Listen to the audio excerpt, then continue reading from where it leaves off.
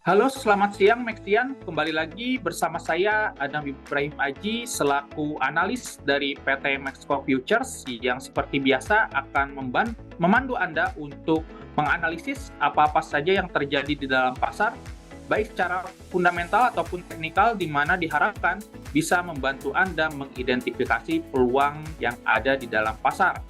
Kita tahu bahwa akhir-akhir ini US dollar itu mengalami kenaikan yang cukup signifikan dikarenakan adanya sebuah faktor eksternal yang disebabkan oleh memanasnya tensi antara Ukraina dan juga Rusia, ditambah lagi memburuknya hubungan antara China dan juga US ya. Nanti kita akan bahas bersama-sama mengenai apa-apa saja yang perlu kita perhatikan dan outlook kedepannya dari sisi US dollar itu seperti apa.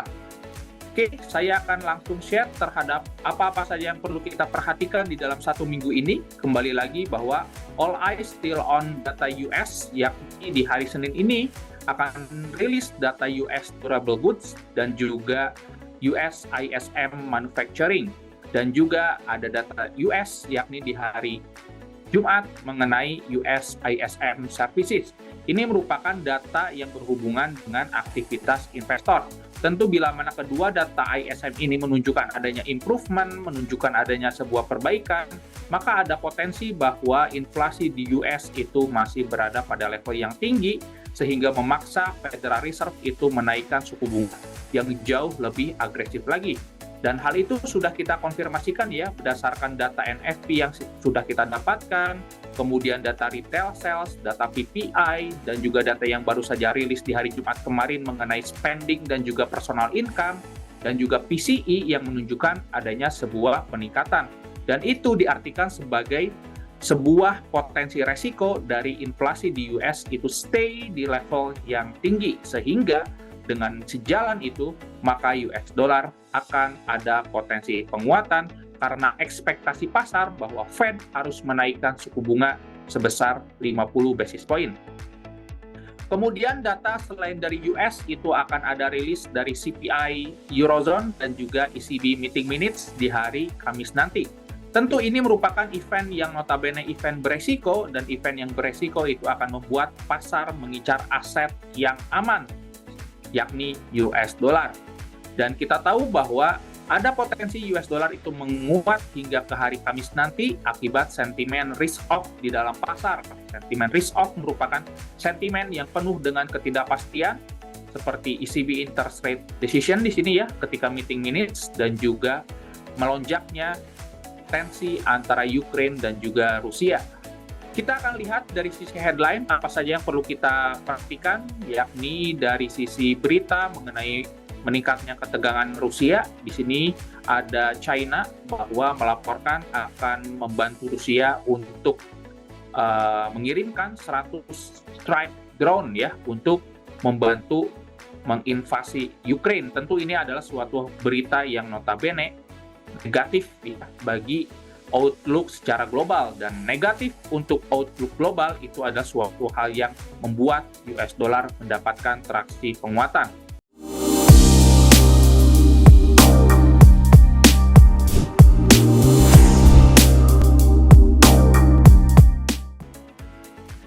Kemudian kembali lagi recession fear itu kembali lagi ke dalam pasar, dan ketakutan di dalam pasar itu erat kaitannya dengan penguatan US dollar. Di sini kita bisa lihat bahwa Jerman ekonomi itu mengalami penyusutan sebesar 0,4 di kuartal keempat 2022 yang lalu.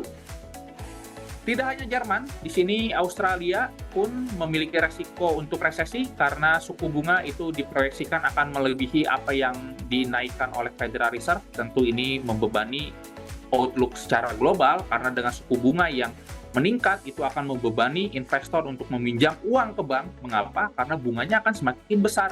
Tentu bila mana banyak investor yang enggan untuk meminjam uang, entah itu untuk berinvestasi atau untuk berekspansi, di mana akan meningkatkan tenaga kerja, dan juga di mana akan masyarakat itu melakukan spending kalau misalkan mereka tidak bekerja. Dan sejalan dengan itu, slowing down ekonomi akan semakin utuh dan berpotensi terjadinya sebuah recession, dan inilah yang mengakibatkan mengapa suku bunga yang dinaikkan secara agresif oleh central bank itu malah akan mempercepat resesi. Jawabannya adalah karena investor itu akan enggan meminjam uang ke bank untuk berinvestasi. Lanjut, dari sisi Brexit, di sini pun belum ada deal ya sama sekali, dan di hari Senin ini tentu ada sebuah key point yang perlu kita perhatikan bagi Anda yang melakukan trade di pound sterling. Bila mana ada sebuah deal yang positif, maka akan membawa pound sterling itu mengalami potensi bullishness hingga ke akhir minggu ini. Tapi waspada mengenai sebuah ketidakpastian, karena ketidakpastian itu erat kaitannya dengan penguatan US dollar. Dan sejalan dengan itu, maka lawannya dalam kasus ini pound sterling itu akan mengalami potensi pergerakan bearish. Dan di minggu ini pun, khususnya di tanggal 27 Februari ini, akan ada beberapa major earning dari beberapa perusahaan besar seperti Occidental. Di sini ya ada perusahaan Dell dan juga HP ya. Bagi rekan-rekan yang sudah familiar dengan perusahaan ini, merupakan perusahaan yang besar, dan tentu bila mana terjadi sebuahnya earning season, maka ada potensi inflow dari aset US stock market mengalir ke dalam sebuah US dollar itu sendiri, karena bagi mereka yang sudah memegang aset dalam bentuk saham, ini akan dikonversikan profitnya bila mana mendapatkan profit dalam bentuk US dollar. Dan itu diartikan sebagai demand, rekan-rekan, dan demand itu identik dengan penguatan US dollar.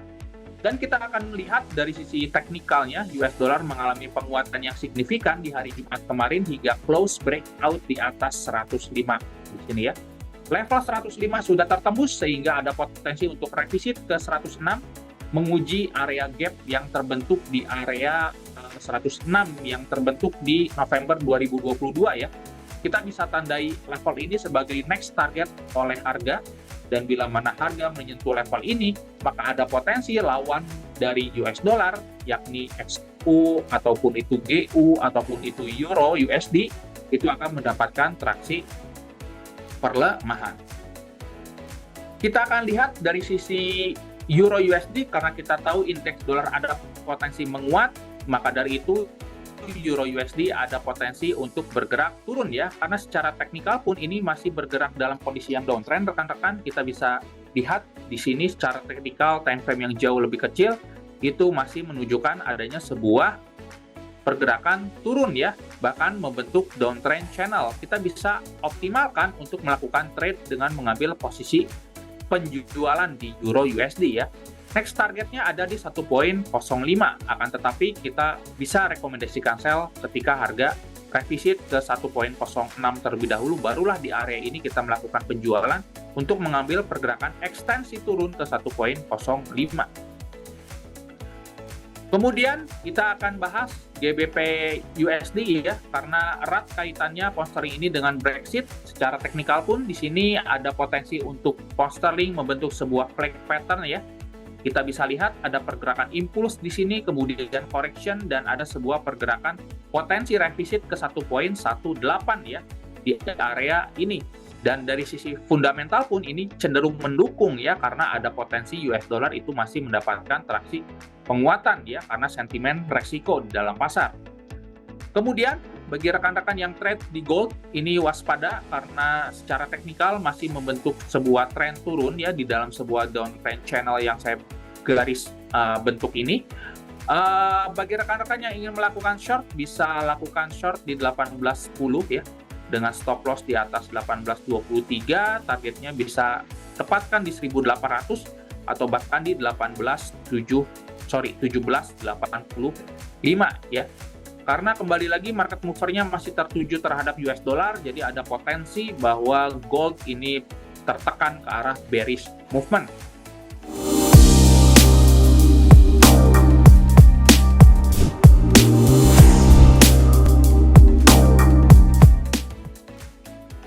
Dan yang terakhir, oil ada potensi itu menguat ya, kembali ke level 78 selama harga di atas 75, maka ada indikasi untuk oil ini masih melanjutkan kenaikan ke 78 ya.